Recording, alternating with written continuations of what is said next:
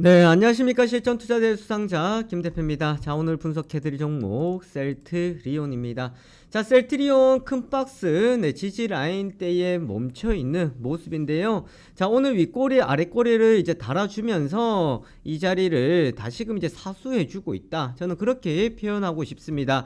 얼른 이 자리를 좀 돌파했으면 좋겠고 올라갔으면 좋겠다라고 생각할 수도 있는데, 제가 지난 시간에도 말씀드렸다시피 이런 나름 길다라는 이제 음봉이 나오고 난 뒤에 이 자리에서 거래량 없이 박스권을 만들어주면서 어느 정도 물량을 이제 소화시키는 구간이다라고 할 수가 있겠습니다.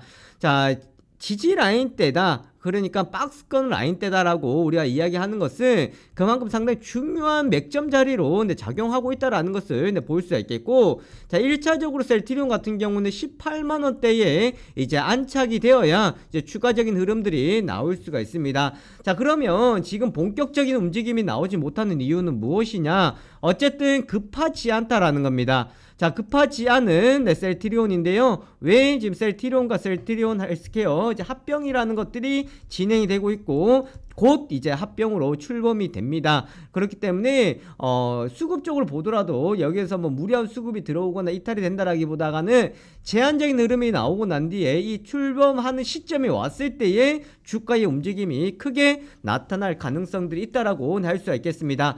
자, 오늘 이 부분들 토대로 그리고 최근 들어 나왔던 뉴스들을 토대로 해서 같이 한번 영상 살펴보도록 할 테니까요. 영상 보시면서 좋아요와 구독하기, 알람 설정 부탁드리도록 하겠습니다. 자, 우선 일정은 이래요. 일정 보시면 병합 기준이 합병기일, 그 다음에 셀트리온 헬스케어가 12월 18일부터 1월 11일까지 이제 거래 정지가 들어갑니다. 결국은 12월 중순이 지나야 어느 정도 이 움직임이 나올 거고, 이제까지 이제 합병이라는 것들이 나왔을 때 보면요, 합병 소멸 회사가 거래 정지가 들어갔을 때에 존속 회사가 움직이는 경우가 상당히 많았었거든요. 그렇게 본다 그러면 셀트리온 지금 움직이는 시점이 이제 얼마 남지 않았습니다. 불과 D-한 10일 정도를 1차적으로 보면 되겠고, 이때 1차적 움직임이 나올 가능성들이 크다라고 할 수가 있습니다. 자, 또한 이제 수급 쪽으로 보시면요. 자, 오늘 수급을 보시면 이제 다시금 프로그램에서 매수세가 유입이 되고 있다라는 것을 볼 수가 있겠는데, 결국은 외국인들이에요. 그래서 최근 수급이 이루어졌던 날들 보시면은 외국인들이 매도 나간 날보다가 매수 들어온 날이 훨씬 더 많다라는 것을 볼 수가 있겠습니다. 즉, 이 시점에서 외국인들이 일시적으로 매도는 나갔지만 다시금 유입되고 있다라는 것은 추가 하방보다는 하방이 이제 경직되면서 강한 지지대 라인을 형성시켜주고 있다라고 할 수가 있겠고, 사실 공매도라는 것들이 이제 장난질 친 게 누구예요? 외국인들이었죠. 이 외국인들이 공매도에 대한 부분들을 많이 압박을 가했습니다만은 이제는 공매도가 금지가 되면서 내년 6월달까지 금지가 되면서 어쨌든 여기에서 쇼커버링 물량들을 최대한 뽑아내야 된다라는 겁니다. 자, 최대한 뽑아내야 된다는 건 뭐냐면 상환되어야 되는 이제 물량들이 있습니다. 이 물량들을 지금 이 자리에서 조금씩 상환을 시켜놔야 돼요. 왜냐하면 앞으로 셀트리온 상승할 거거든요. 이렇게 상승했을 때 상황이 들어간다 그러면 얘네들은 손실을 볼 수밖에 없겠죠. 자, 그럼 무슨 말이에요, 여러분들?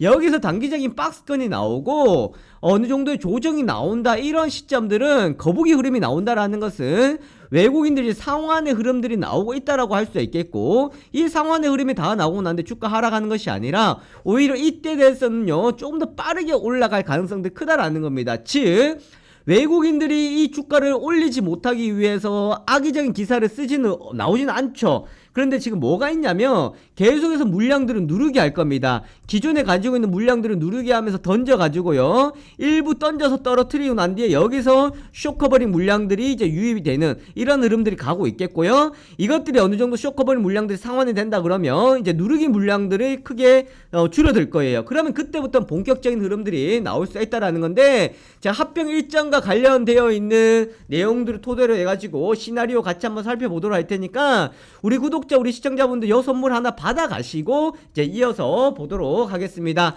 자, 여러분들 이제 12월 달에 이제 본격적으로 접어들면서 이제 연말 랠리, 산타 랠리 있냐 없냐라고 하는데요. 저는 이 종목이면 산타 랠리 충분하다라고 생각합니다. 원금 회복 종목으로 볼 수 있는 건데, 지금 수익 2주 정도 2주 정도로 봤을 때 스윙으로 봤을 때 20%에서 한 40% 정도까지도 네, 급등이 가능하다라고 할 수 있겠는데, 제가 직접 기어 탐방 다녀온 거예요. 여러분들 이거는 매수를 안 하셔도 제가 분석하는 것들을 어떻게 하는지를 한번 참고해 보시고 공부해 보시면 네, 좋을 것 같습니다. 자, 그래서 지금 시가총액 3천억 밖에 안 되기 때문에 급등이 네, 상당히 크게 나올 수 있다라고 보시면 되겠고, 자, 그 다음에 지금 단타를 또 즐겨 하시는 분들, 단타에 관심 있다 하시는 분들은 지금 이제 테마주 쪽으로 해서 정치 테마주들이 이제 이슈가 계속해서 나오고 있습니다.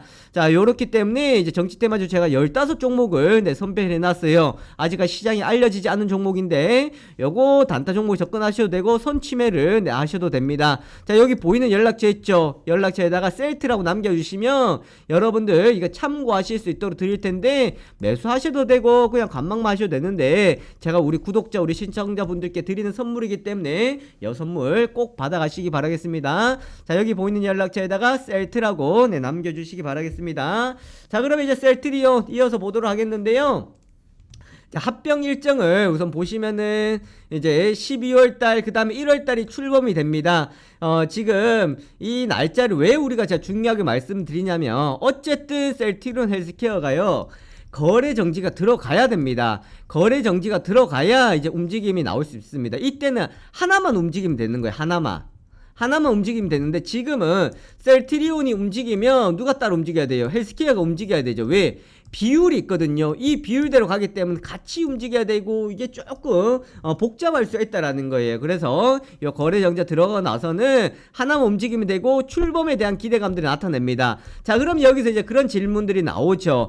대표님, 출범이 된다고 해도 장밋빛 희망 보다가는요 우려스러운 이야기들이 많이 있는데 그렇기 때문에 주가가 못 가고 있는 거 아닌가요? 라고 이야기해요. 그런데 여러분들 1분기 실적이 부진할 것이다. 1분기 실적 부진이라는 것은요 이미 시장에서 노출이 되어 있는 겁니다. 자, 노출이 되어 있다라는 건 뭐예요? 선반영이 되어 있기 때문에 이거를 가지고 지금 우려할 필요는 전혀 없다라고 보시면 되겠고, 자, 두 번째 같은 경우에는 오히려 출범에 대한 기대감, 좀 더 긍정적인 이슈를 우리가 봐야 됩니다. 자, 최근 들어서 셀트리온 보시면 요 내용들 많이 나오고 있죠. 좋은 내용들이 나름 나오고 있는 상황들인데 주가의 움직임이 없죠, 여러분들. 그렇죠? 근데 생각하셔야 돼요. 셀트리온은 사실 이런 내용들을 가지고 주가가 움직이지 않습니다. 왜?